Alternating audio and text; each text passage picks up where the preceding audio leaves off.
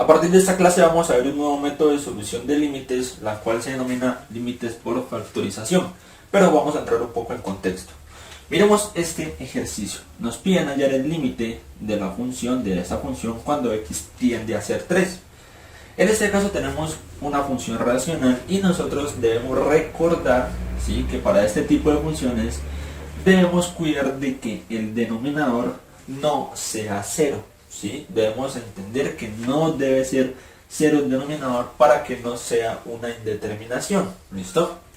Entonces, en este caso, ¿qué pasa si yo reemplazo la x justamente al valor al cual tiende a ser? Es decir, si la x tiende a ser 3, ¿qué pasa si yo la x la reemplazo por 3?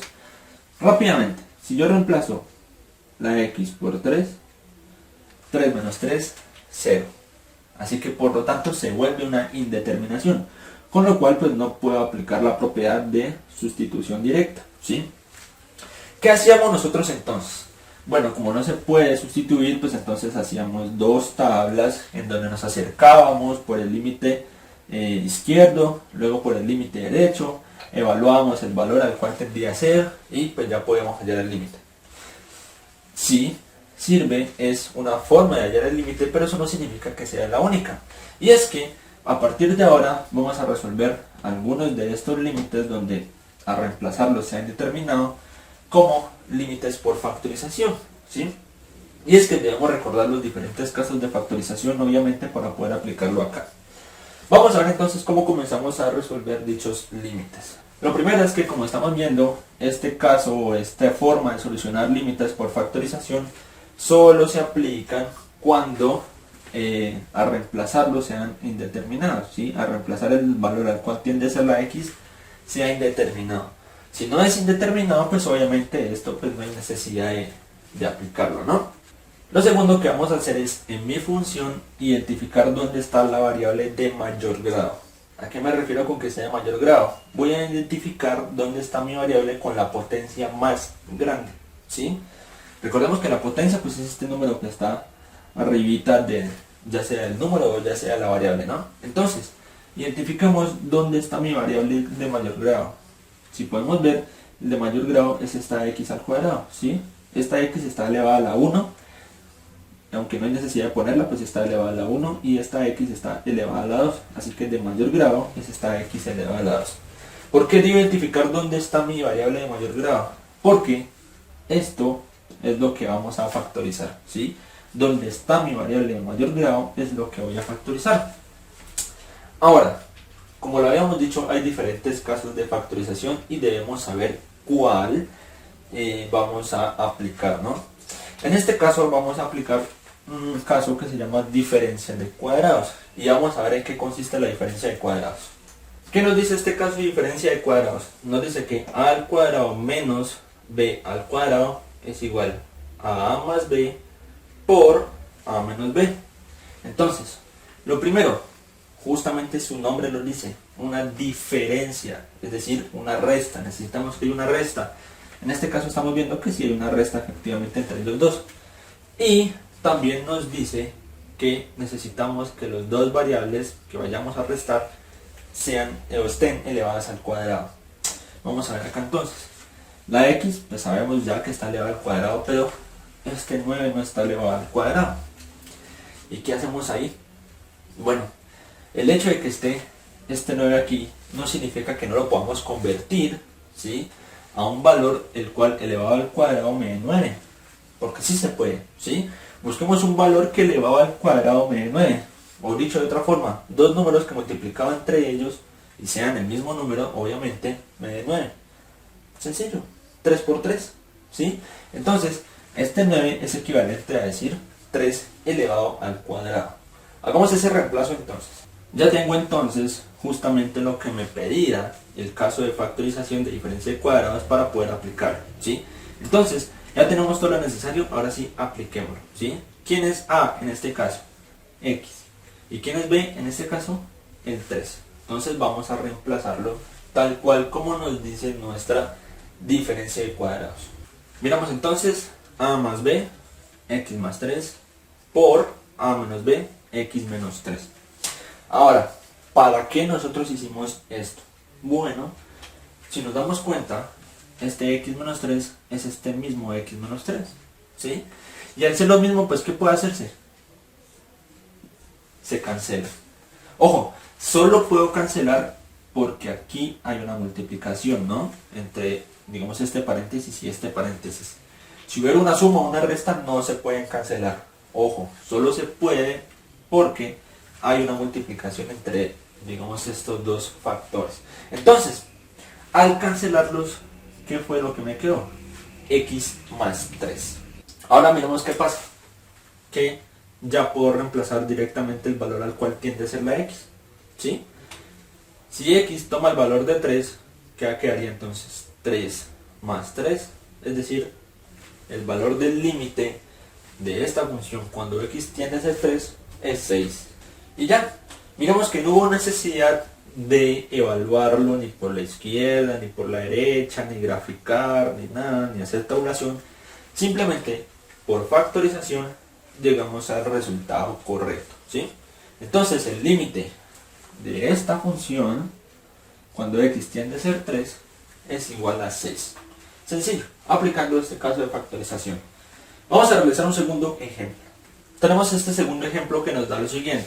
El límite de esta función x menos 5 sobre x al cuadrado menos 25 cuando la x tiende a ser 5. Entonces, primer paso, recordemos, determinar si por sustitución directa nos da una indeterminación. ¿Listo? Vamos a ver.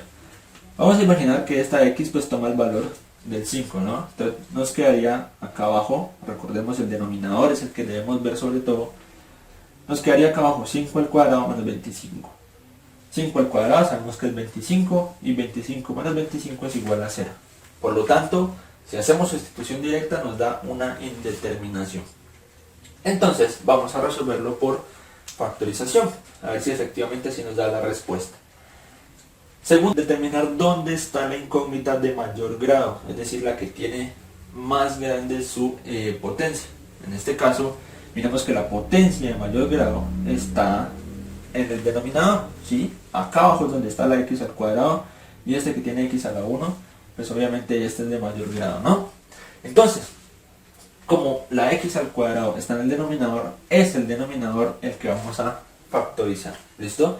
Y vamos a aplicar otra vez diferencia de cuadrados, ¿sí? Entonces, dos números que sean iguales y que multiplicados entre ellos me den 25, es sencillo, ¿no? El 5. 5 por 5, 25. ¿Con qué objetivo hacemos esto? De reemplazar este 25 justamente por un número que esté elevado al cuadrado. Hagamos ese reemplazo entonces. Listo. Entonces miremos que ahora sí ya tengo una diferencia de cuadrados, con lo cual puedo aplicar este método de factorización. Hagámoslo tal cual como lo hicimos en el ejercicio anterior. Nos quedó entonces en el denominador x más 5 por x menos 5 y el numerador pues no cambia porque no hemos hecho nada, ¿no? De igual forma entonces, ¿qué pasa? Este x menos 5 y este x menos 5 se van a cancelar, ¿sí? Ahora, mucho cuidado también aquí. Aquí no nos queda x más 5, ojo. Como se canceló también el numerador, acá arriba no queda. No es que no quede nada, y tampoco queda 0, ¿sí? Queda un 1, ¿sí? Al no haber nada en el numerador, porque se canceló, nos quedó un 1, ¿listo? Y abajo sí nos quedó x más 5. Entonces, al final, ¿qué nos quedó? El límite de la función 1 sobre x más 5, ¿sí? Cuando x tiende a 5, es igual a ¿qué? Aquí ya podemos sustituir directamente, porque ya al sustituir no nos da una indeterminación. Entonces, ¿qué nos queda? Pues si x toma el valor de 5, nos quedaría 5 más 5, es decir, 1 sobre 10. Ahora, si ustedes lo quieren dejar expresado en una fracción, pues lo dejan así, o si no, pues lo dejan expresado con decimales. 1 sobre 10 es igual a 0,1. La respuesta entonces, el límite de esta función cuando x tiende a ser 5 es 1 sobre 10, o lo que es igual 0,1. Vamos a mirar un tercer y último ejemplo por la clase de hoy. Evaluemos entonces rápidamente si nos da una indeterminación si yo reemplazo el valor al cual la x tiende a 0. Efectivamente, x tiende a ser 2. Si reemplazo la x por 2, 2 menos 2, 0, así que me da una indeterminación. Ahora, no siempre vamos a poder aplicar la diferencia de cuadrados. Por eso hay muchos casos de factorización. Y dependiendo de qué es lo que nos den aquí, vamos a aplicar uno u otro caso.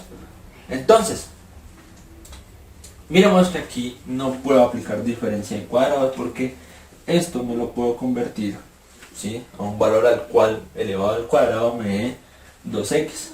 No lo puedo convertir. Pero sí puedo aplicar este siguiente caso. Miremos qué pasa en este caso. Nos dice ax más o menos, es decir, que sirve para la suma y para la resta, más o menos bx es igual a x por a más o menos b. ¿Qué es esto? Sencillo, muchachos. Factor común, ¿sí? ¿Qué es factor común? Mirar en las operaciones que se están sumando o restando si tienen un valor o una incógnita la cual sea común entre las dos. En este caso, como estamos viendo en este ejemplo, ¿sí?, el factor común es esta x. Entonces, ¿qué hacemos con la x? La sacamos como un factor común y dejamos operando las dos variables que acompañaban al factor común. ¿Listo? Miramos qué pasa. X por a, obviamente ax. Más o menos, dependiendo de lo que nos dé, x por b, bx. Entonces, esto es igual a esto. Vamos a aplicar esto del factor común acá. Miremos qué tenemos de factor común. ¿Qué hay de común entre estos dos? La x.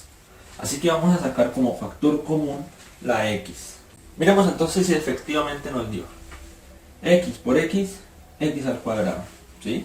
X por x, x al cuadrado.